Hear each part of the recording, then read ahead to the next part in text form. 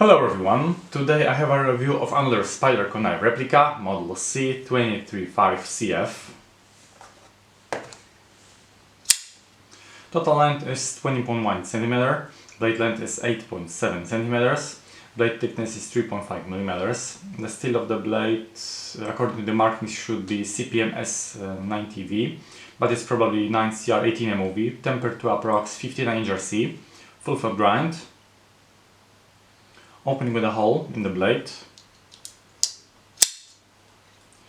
The blade features a Spyder logo, the inscription Spyderco and CPMS 90V. On the other, Taichung Taiwan and Sinkevich design. Frame lock. The handle scale is made of black carbon fiber.